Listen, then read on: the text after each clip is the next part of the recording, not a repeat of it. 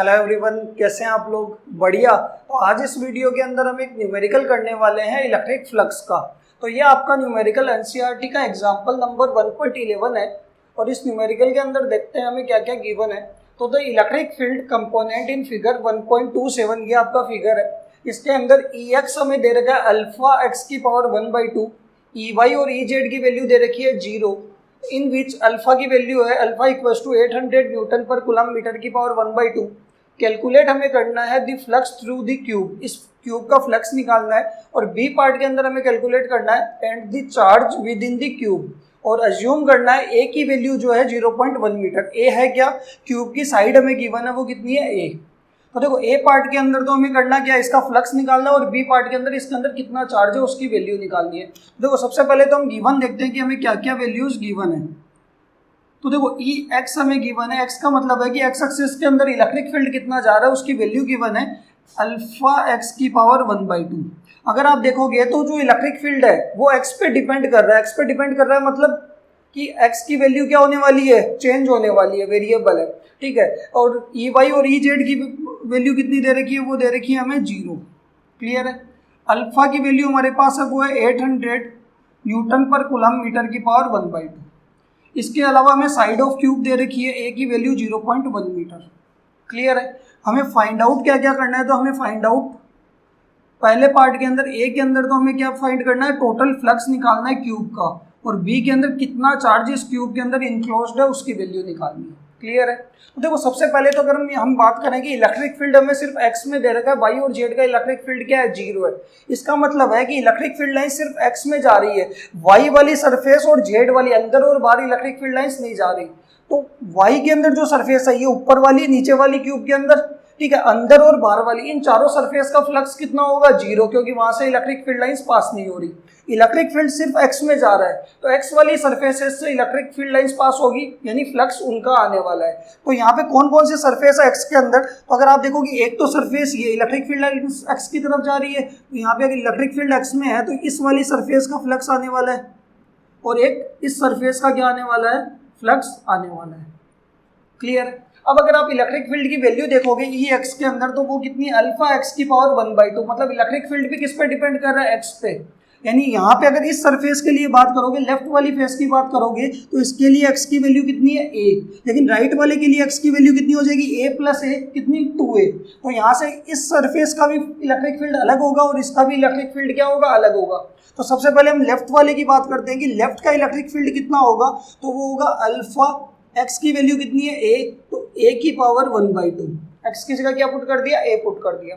यही अगर राइट वाली सरफेस के लिए अगर आप फ्लक्स निकालोगे तो इलेक्ट्रिक फील्ड कितना आएगा? वो आएगा ई आर, और वो क्या होने वाला है? 2a की पावर 1/2। एक्स की वैल्यू कितनी हो जाएगी? ए प्लस ए कितनी हो जाएगी? 2a। क्लियर है। तो यहाँ से इसको आप लिख सकते हो अल्फा 2 की पावर 1/2 तो कितनी होगी? √2, और a की पावर 1/2। क्लियर है। ये लेफ्ट का इलेक्ट्रिक फील्ड हो रही है, राइट का इलेक्ट्रिक फील्ड। अब हमें क्या निकालना है? लेफ्ट का फ्लक्स निकालना है पहले, और फिर राइट का फ्लक्स निकालना है। क्लियर है। आपको लेफ्ट के अंदर अगर आप देखोगे तो इस एरिया का फ्लक्स कैसे निकालते हैं? फ्लक्स का फॉर्मूला होता है वो होता है ई डॉट ए। नॉर्मल क्या होता है? E dot A. ठीक है। तो और ओपन करते हो तो क्या आता है? ई ए कोस थीटा एन कैप। यही होता है फ्लक्स का फॉर्मूला। और एन कैप क्या होती है? एरिया की डायरेक्शन।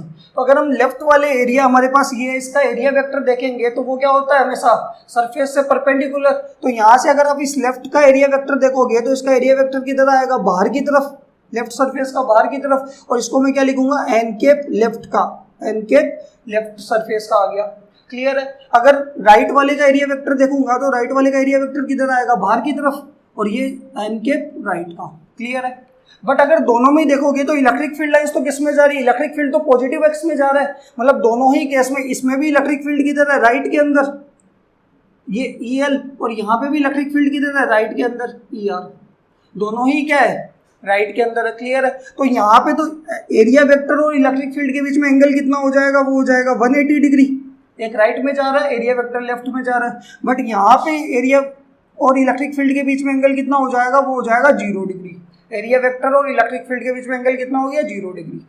क्लियर है। अब हम सबसे पहले इस लेफ्ट वाली सरफेस का फ्लक्स निकालेंगे, फिर राइट वाली का, और बाकी चारों सरफेस का क्या है, जीरो। वाई और जेड के अंदर इलेक्ट्रिक फील्ड लाइंस कितनी है, इलेक्ट्रिक फील्ड क्या है, जीरो है, तो फ्लक्स भी उनका क्या है, जीरो। और सबको हम क्या करेंगे, ऐड कर देंगे, लेफ्ट का और राइट का ऐड करेंगे तो टोटल फ्लक्स हमारा आ जाएगा किसका, क्यूब का। तो देखो सबसे पहले तो हम क्या करते हैं, लेफ्ट सरफेस का फ्लक्स निकालते हैं। तो इसको मैं क्या लिखूंगा, तो देखो मैंने इसको लिख दिया फाई एल। फाई एल का मतलब लेफ्ट सरफेस का फ्लक्स, और वो कितना होगा, E L dot A. Clear है। अब यहाँ पे अगर डॉट प्रोडक्ट को ओपन करेंगे तो हमारे पास क्या आएगा, वो आएगा E L A cos theta N के। देखो लेफ्ट का एरिया वेक्टर और इलेक्ट्रिक फील्ड के बीच में यहाँ पे एन कैप की जगह एन एल लिख सकता हूँ मैं लेफ्ट का। तो अगर ई एल और एन एल कैप के बीच में एंगल कितना है, वो 180 डिग्री, यानी यहाँ पे थीटा हमारे पास कितना है लेफ्ट के लिए, 180 डिग्री। तो यहाँ पे क्या आएगा, ई एल ए कोस 180। कोस 180 की वैल्यू कितनी होती है, -1। तो यहाँ से अगर आप देखोगे तो माइनस का ई एल इंटू ए, ये क्या आएगा, फाई एल। अब देखो ई एल की वैल्यू भी हमारे पास है, और क्यूब की एक सरफेस का एरिया क्या होता है, ये स्क्वायर ही है, तो इसका एरिया कितना होता है, ए स्क्वायर, यानी साइड का स्क्वायर। तो यहाँ पे देखो ई एल की वैल्यू तो क्या है हमारे पास, ई एल की वैल्यू अल्फा ए की पावर 1/2, यानी माइनस ऐसा कैसा, अल्फा ए की पावर 1/2, और स्क्वायर का एरिया क्या होने वाला है, ए स्क्वायर। क्लियर है। अब आपको पता है ए और ए बेस सेम है तो पावर्स क्या हो जाएगी, ऐड हो जाएगी। तो यहाँ पे कितना आएगा, माइनस का अल्फा ए की पावर 1/2 प्लस 2, यानी माइनस अल्फा ए की पावर 5/2। ये फ्लक्स आया किसका, लेफ्ट सरफेस का। वैल्यूज हम एंड में पुट कर देंगे सारा ऐड करने के बाद। ठीक है। अब हम किस सरफेस का फ्लक्स निकालेंगे, राइट वाली सरफेस का। अब राइट वाली सरफेस में इलेक्ट्रिक फील्ड कितना है, ई आर, और एरिया वेक्टर दोनों सेम डायरेक्शन में, थीटा कितना है, 0 डिग्री। तो देखो राइट वाली सरफेस का फ्लक्स कितना आएगा, तो इसको लिखता हूँ फाई आर, और वो कितना होगा, ई आर डॉट ए। अगर इसको ओपन करेंगे तो आ जाएगा E R A cos theta N cap भी कौन सा, आर का। ठीक है। अब आप देखोगे तो ई आर और एन आर कैप के अंदर एंगल कितना है, 0 डिग्री। तो थीटा की वैल्यू क्या पुट करेंगे, यहाँ पे थीटा पुट किया हमने 0 डिग्री, तो ये आ गया ई आर ए कोस 0। कोस 0 की वैल्यू कितनी होती है, +1। ठीक है। तो यहाँ से फाई आर राइट सरफेस का फ्लक्स कितना आएगा, वो आएगा ई आर इंटू ए। क्लियर है। अब ई आर की वैल्यू हमारे पास कितनी है, वो है अल्फा रूट 2 ए की पावर 1/2, क्योंकि एक्स की वैल्यू कितनी थी, 2a थी इसके लिए, राइट सरफेस के लिए। तो यहाँ से अगर आप देखोगे तो ई आर की वैल्यू आ जाएगी, वो आ जाएगी √2 अल्फा ए की पावर 1/2। ये तो किसकी वैल्यू, ई आर की। और एरिया कितना होगा इस सरफेस का, तो ये भी स्क्वायर है, यानी इसका भी एरिया क्या होना है, साइड का स्क्वायर, मतलब ए स्क्वायर। क्लियर है। तो यहाँ पे ये कितना आ जाएगा, एरिया ए स्क्वायर। यहाँ पे भी बेस सेम है, ए तो पावर क्या हो जाएगी, ऐड हो जाएगी, तो √2 अल्फा ए की पावर 5/2।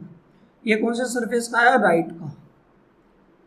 बताओ क्लियर है। यहाँ तक हमने लेफ्ट का फ्लक्स निकाल लिया, राइट का फ्लक्स निकाल लिया। फ्लक्स का तरीका क्या है, सिंपल सा तरीका है, ई डॉट ए। क्लियर है। इलेक्ट्रिक फील्ड और एरिया का क्या करना है, डॉट प्रोडक्ट करना है। और एंगल कैसे देखोगे, तो इलेक्ट्रिक फील्ड और एरिया वेक्टर के बीच में एंगल। क्लियर है। बाकी सारी सरफेसेज में इलेक्ट्रिक फील्ड 0 है तो फ्लक्स भी क्या आएगा, 0 आएगा।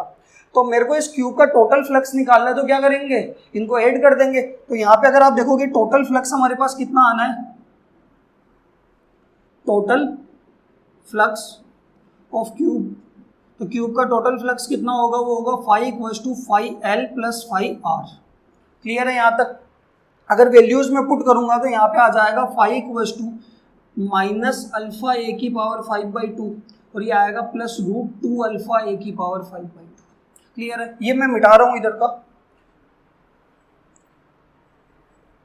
तो अगर आप देखोगे कि हमारे पास टोटल फ्लक्स कितना आया, टोटल फ्लक्स आया माइनस अल्फा ए की पावर 5/2 और प्लस √2 अल्फा ए की पावर 5/2।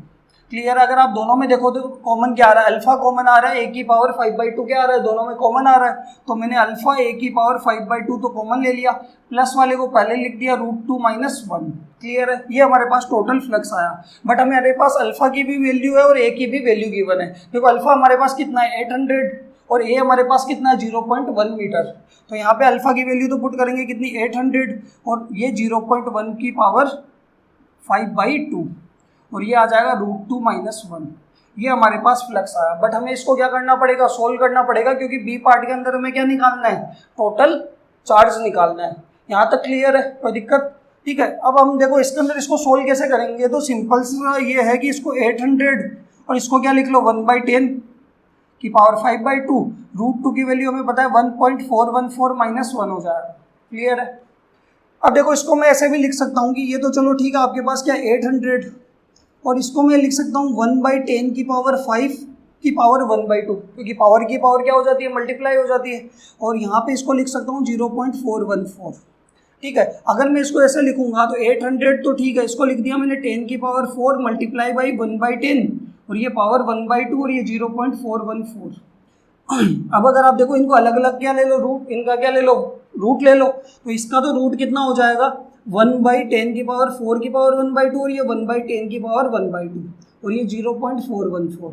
तो इसका तो देखो अगर आप रूट लोगे 10 की पावर कितनी है, 1/10 की पावर कितनी है, 4 है, तो ये आ जाएगा 1/10 की पावर 2, और ये 1/10 की पावर कितनी हो जाएगी 1/2, 0.414। क्लियर है यहाँ तक?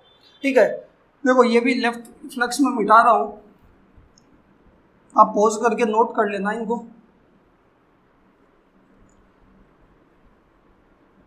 तो देखो हमारे पास फ्लक्स की वैल्यू आ रही है 800 1/10 की पावर 2, 1/10 की पावर 1/2, और ये 0.414।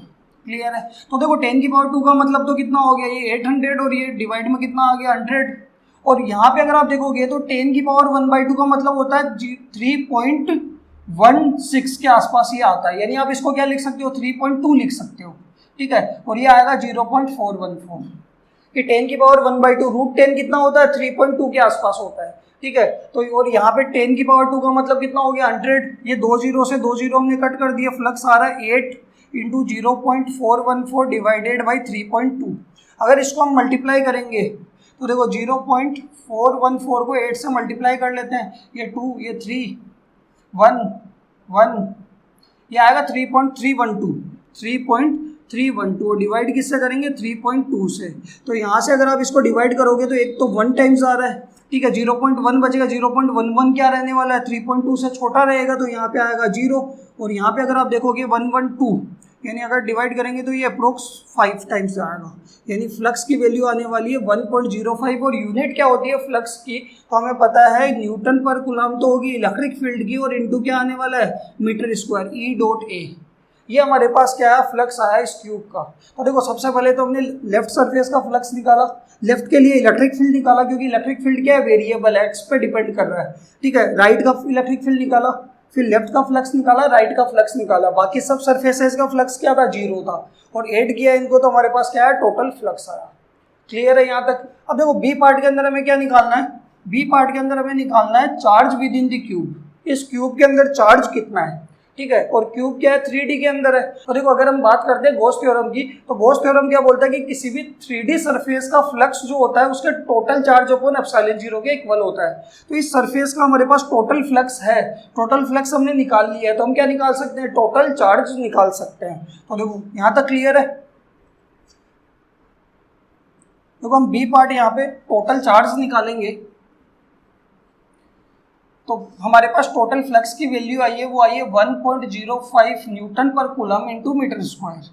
अब हमें बी पार्ट के अंदर हमें किसकी वैल्यू निकालनी है टोटल चार्ज की। तो हम जानते हैं ये according to Gauss theorem, according to Gauss theorem या फिर गॉस लॉ, और वो क्या होने वाला है किसी भी 3D सरफेस का फ्लक्स उसके टोटल चार्ज, उसके अंदर जो भी total charge upon epsilon not के क्या होता है इक्वल होता है। तो हमारे पास देखो टोटल फ्लक्स है इस 3D सरफेस का, और एप्सिलॉन नॉट क्या होती है, वो होती है परमिटिविटी ऑफ फ्री स्पेस, जिसकी वैल्यू क्या होती है फिक्स होती है, कितनी 8.85 इंटू 10⁻⁻12, और यूनिट अगर आप देखोगे तो इसकी यूनिट होती है coulomb square newton into metre square.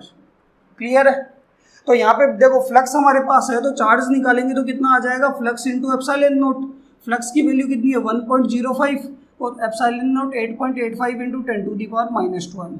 इन दोनों को हम क्या करेंगे मल्टीप्लाई करेंगे, तो हमारे पास किसकी वैल्यू आ जाएगी चार्ज की वैल्यू आएगी, किसमें कूलम के अंदर। तो देखो क्या आने वाली है वैल्यू, मतलब 8.85 को हमें मल्टीप्लाई करना है 1.05 से, तो ये 5 5 या 25, ये 2 40, ये मल्टीप्लाई में ये 0 0 0 5 8 8, यहाँ पे आपके पास आ जाएगा 5299।